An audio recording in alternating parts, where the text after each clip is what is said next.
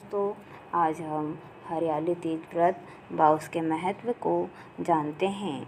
हिंदू धर्म में हर एक व्रत और त्यौहार का विशेष महत्व है।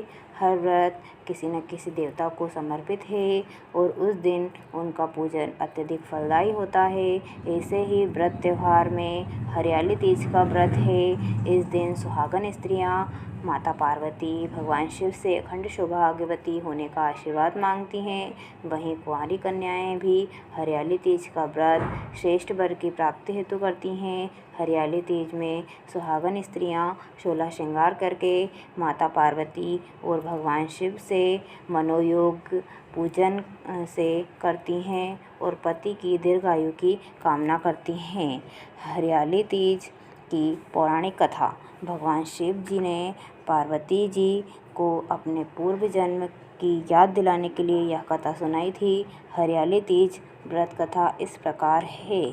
शिव जी कहते हैं, हे पार्वती, बहुत समय पहले तुमने हिमालय पर मुझे वर के रूप में पाने के लिए घोर तप किया था। इस दौरान तुमने अन्न जल त्याग कर सूखे पत्ते चबाकर दिन व्यतीत किए थे। किसी भी मौसम की परवाह किए बिना तुमने निरंतर तप किया। तुम्हारी इस स्थिति को देखकर तुम्हारे पिता बहुत दुखी थे। इस स्थिति में नारद जी तुम्हारे घर पधारे।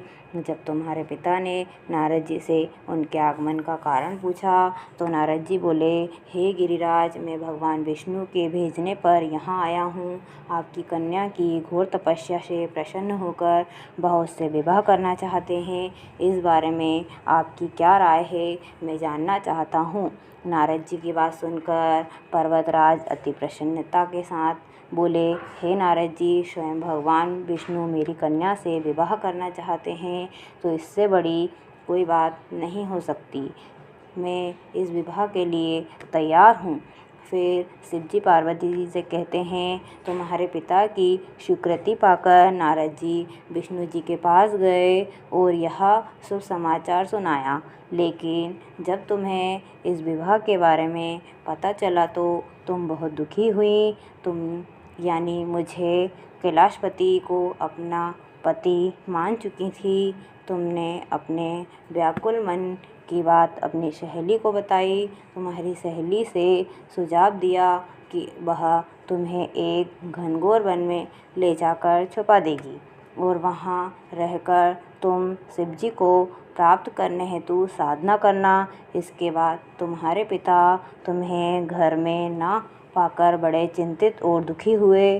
वह सोचने लगे कि यदि विष्णु जी बारात लेकर आ गए और तुम घर ना मिली तो क्या होगा। उन्होंने तुम्हारी खोज में धरती पाताल एक करवा दिए, लेकिन तुम ना मिली।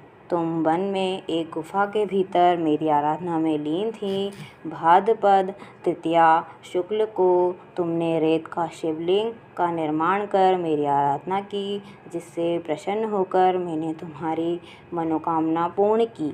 इसके बाद तुमने अपने पिता से कहा कि पिताजी, मैंने अपने जीवन का लंबा समय भगवान शिव की तपस्या में व्यतीत किया है और भगवान शिव ने मेरी तपस्या से प्रसन्न होकर मुझे स्वीकार भी कर लिया है। अब मैं आपके साथ एक ही शर्त पर चलूँगी। आप मेरा विवाह भगवान शिव के साथ करा देंगे। पर्वतराज ने तुम्हारी इच्छा स्वीकार कर ली और तुम्हें घर वापस ले गए। कुछ समय के बाद उन्होंने पूरे विधि विधान से हमारा विवाह किया। भगवान शिव ने इसके बाद कहा कि हे पार्वती, तृतीया को तुमने मेरी आराधना करके जो व्रत किया था उसी का परिणाम स्वरूप हम दोनों का विवाह संपन्न हो सका है। इस व्रत का महत्व यह है कि इस व्रत को पूर्ण निष्ठा से करने वाली प्रत्येक स्त्री की मनोवांछित फल देता हूँ। भगवान शिव ने पार्वती जी से कहा, इस व्रत को जो भी स्त्री पूर्ण श्रद्धा से करेगी उसे तुम्हारी तरह अचल सौभाग्य प्राप्त होगा। जिस तरह पार्वती जी ने घोर तपस्या कर अपनी मनोवांछित वर को प्राप्त किया, उसी प्रकार जो स्त्री इस व्रत को पूर्ण श्रद्धा से करती है उसकी हर मनोकामना पूर्ण होती है।